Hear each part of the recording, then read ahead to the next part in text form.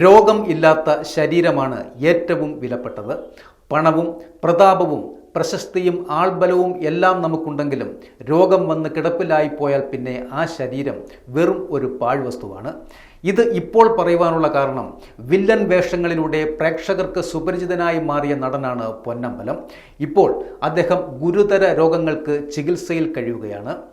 കൂടുതലും അന്യഭാഷാ ചിത്രങ്ങളിലായിരുന്നു നമ്മൾ അദ്ദേഹത്തെ കണ്ടിട്ടുള്ളത്. അദ്ദേഹത്തിൻ്റെ രൂപവും ഭാവവുമെല്ലാം തന്നെ ഒരു വില്ലൻ കഥാപാത്രത്തിന് ചേരുന്നവയുമാണ്. നമുക്കെല്ലാം അറപ്പ് തോന്നുന്ന അല്ലെങ്കിൽ വെറുപ്പ് തോന്നുന്ന കഥാപാത്രങ്ങളായിരുന്നു പൊന്നമ്പലം കൂടുതലായും അഭിനയിച്ചിട്ടുള്ളത്. പ്രധാനമായും തമിഴ് ചിത്രങ്ങളിലായിരുന്നു കൂടുതലും അദ്ദേഹത്തെ നമ്മൾ കണ്ടിട്ടുള്ളത്.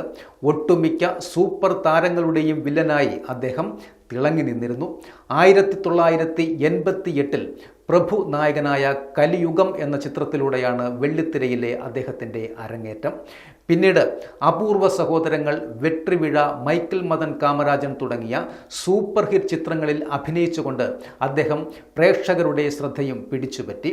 2022 ഗുരുതര രോഗങ്ങൾക്ക് ചികിത്സയിൽ കഴിയുന്നതിനാൽ പിന്നീട് അദ്ദേഹത്തിന് ക്യാമറയ്ക്ക് മുന്നിലേക്ക് എത്തുവാൻ കഴിഞ്ഞതുമില്ല. നിലവിൽ 2 വൃക്കകളും തകരാറിലായ നടൻ ഇപ്പോൾ ഡയാലിസിസ് ചികിത്സയിലാണ്. അദ്ദേഹത്തിൻ്റെ വാക്കുകൾ ഇങ്ങനെയാണ്: ഞാൻ ആശുപത്രിയിലായിരുന്നപ്പോൾ എൻ്റെ ചികിത്സയ്ക്ക് സാമ്പത്തിക സഹായം നൽകിയത് നടൻ ശരത് കുമാറാണ്. മറ്റുള്ളവരോടെല്ലാം പറഞ്ഞതും സാമ്പത്തിക സഹായം ഒരുക്കി തന്നതും അദ്ദേഹമായിരുന്നു. വീട്ടിൽ സാമ്പത്തിക പ്രശ്നം ഉണ്ടായപ്പോൾ നടൻ ധനുഷ് എന്നെ സഹായിച്ചിട്ടുണ്ട്. വീട്ടിൽ ഒരു ദുരന്തമുണ്ടായപ്പോഴും നടൻ അർജുനും എന്നെ സഹായിച്ചു.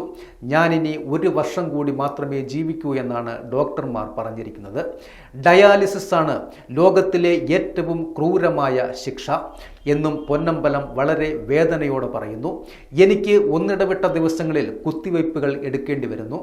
4 വർഷമായി ഒരേ സ്ഥലത്ത് 750 കുത്തിവയ്പ്പുകൾ എടുക്കുന്നു. ഇത് എനിക്ക് വളരെ ബുദ്ധിമുട്ടാണ്. ഉപ്പുള്ള ഭക്ഷണം കഴിക്കുവാൻ കഴിയുന്നില്ല.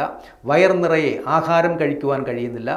എൻ്റെ ശത്രുക്കൾക്ക് പോലും ഈ അവസ്ഥ ഉണ്ടാകരുത് എന്നും വളരെ വേദനയോടെ അദ്ദേഹം പറയുന്നു.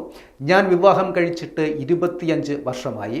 പക്ഷേ ഇന്നുവരെ ഞാൻ എൻ്റെ കുടുംബത്തെ ആശുപത്രിയിലേക്ക് ക്ഷണിക്കുന്നില്ല. ഞാൻ രോഗിയായി മാറിയപ്പോൾ പല നടന്മാരും ഞാൻ എങ്ങനെയാണ് ജീവിക്കുന്നത് എന്ന് പോലും അന്വേഷിച്ചിട്ടില്ല എന്നും വളരെ വേദനയോടെ അദ്ദേഹം പറയുന്നു.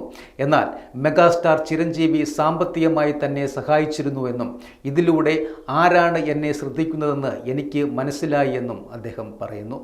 എത്ര വലിയ ആളായാലും ഒരു മഹാരോഗം വന്ന് പിടിപെട്ടു പോയാൽ നമ്മൾ വെറും പാഴ്വസ്തു തന്നെയാണ്.